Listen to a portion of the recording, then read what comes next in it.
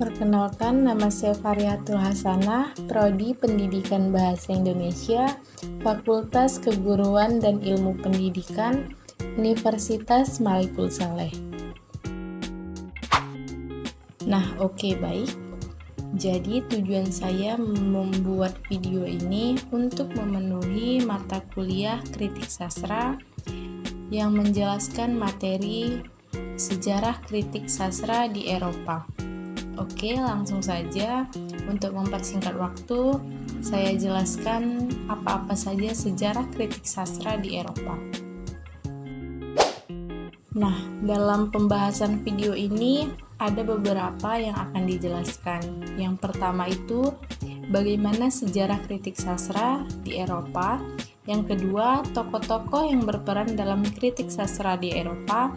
Dan yang ketiga, peristiwa-peristiwa yang ada pada perkembangan kritik sastra di Eropa. Langsung saja ke pembahasan yang pertama, yaitu sejarah perkembangan kritik sastra di Eropa. Kritik sastra sebagai salah satu bentuk karya sastra yang menganalisis karya sastra. Lahir agak lambat. Kritik sastra memulai sejarahnya di Yunani. Sastra Yunani mencapai puncaknya dan mulai menurun. Awal kritik sastra juga merupakan kemunduran perkembangan sastra Yunani. Kritikus Yunani pertama yang diakui adalah Plato. Dalam karyanya yang sangat terkenal, Republik, Plato mengungkapkan pandangannya tentang puisi, kritik sastra, dan sistem yang baik untuk mempromosikan warga negara Republik. Kegiatan kritik sastra di Yunani dimulai dengan tindakan Xenophanes dan Heraklitus yang mengkritik Homer, penyair besar yang sering mengungkapkan perilaku tidak pantas pada dewa. Kritik sastra di Yunani tumbuh dengan munculnya Aristoteles. Meskipun Aristoteles adalah murid Plato, pandangannya tentang sastra seringkali berbeda dan bertentangan dengan pandangan gurunya. Pendapat Aristoteles tentang kritik sastra dapat dikemukakan dalam Pucha atau puisi. Kemudian pada abad pertengahan, ketika hampir tidak ada kegiatan kritik sastra, epik yang terkenal Divina Commedia hasil karya Dante Alighieri.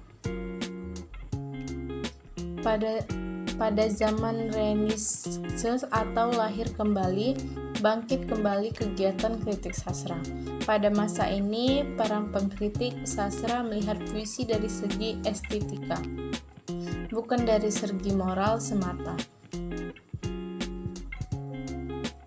Mulai abad ke-18, kritik sastra sudah digunakan secara luas. Kritikus populer di Prancis dalam masa ini Voltaire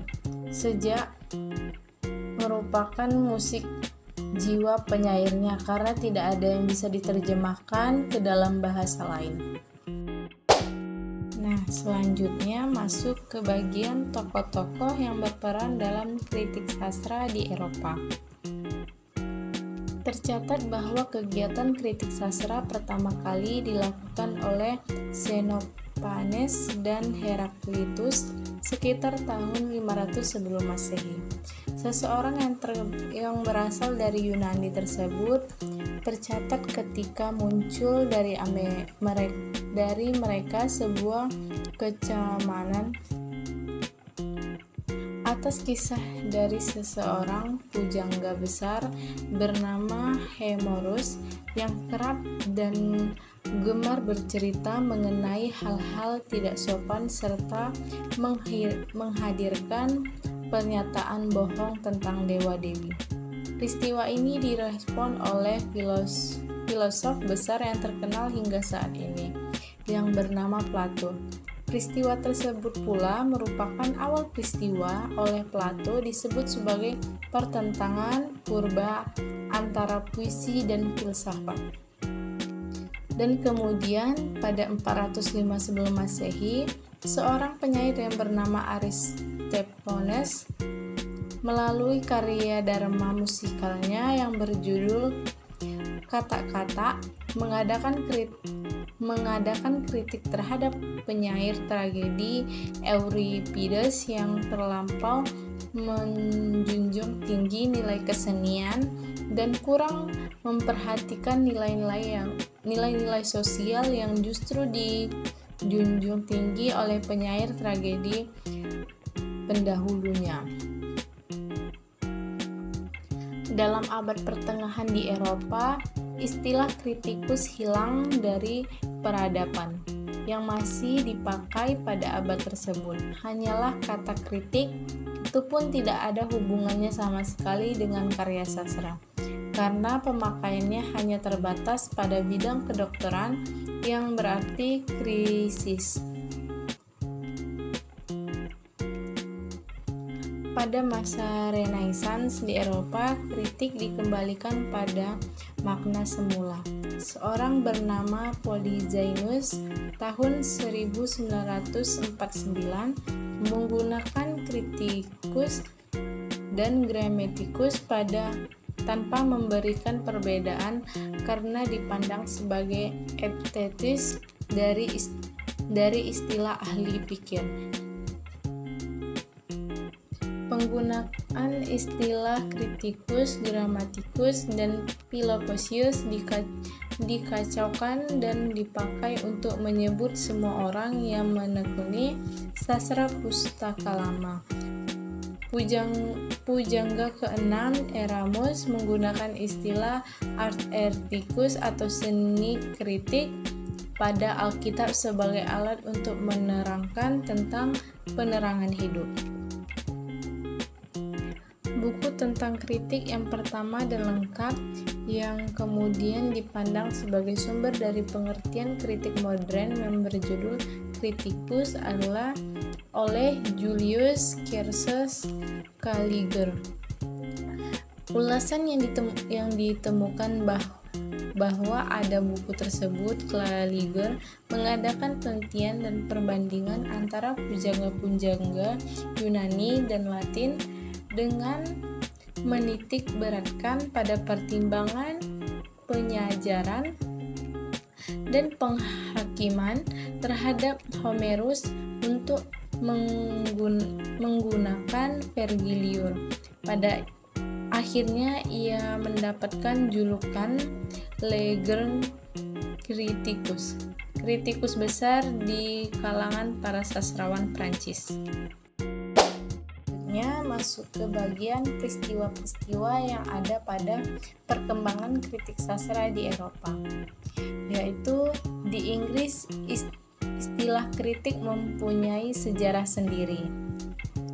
Sampai dengan zaman pemerintahan Ratu Elizabeth, istilah ini sama sekali belum dikenal.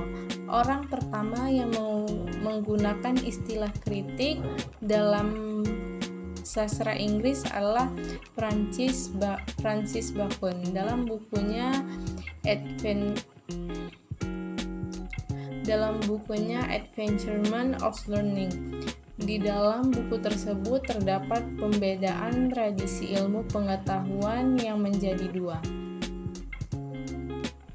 2 tahun kemudian, Ben Jonson mengemukakan ungkapan learned and credible critic, kritikus yang terpelajar dan berhati besar, dan dalam bukunya Timber of Discourse menyebut Aristoteles sebagai the first court critic. Sedang tugas kritikus atau penghakiman yang baik adalah secara jujur menentukan nilai karya sastra dan pengarangnya. Pada abad 1815, istilah kritik dalam kasanah sastra Inggris dipakai untuk menunjukkan orang yang melakukan kritik atau kritik itu sendiri, seperti yang telah dilakukan Richard Bellon dalam buku Clarice Letter dan dihadirkan kembali dalam buku yang berjudul Petrie and Englemans dalam bukunya yang berjudul Letter untuk menghadirkan salah satu tafsir Dr. Jones mengemukakan istilah kritik untuk menunjukkan kritikus dan untuk menunjukkan kritik sastra atau kritik dalam Inggris modern. Nah, jadi sekian penjelasan saya mengenai sejarah kritik sastra di Eropa. Jika ada yang kurang dari penjelasan saya atau kata saya yang salah, saya mohon maaf. Saya akhiri dengan wabillahi taufiq wal hidayah. Wassalamualaikum warahmatullahi wabarakatuh.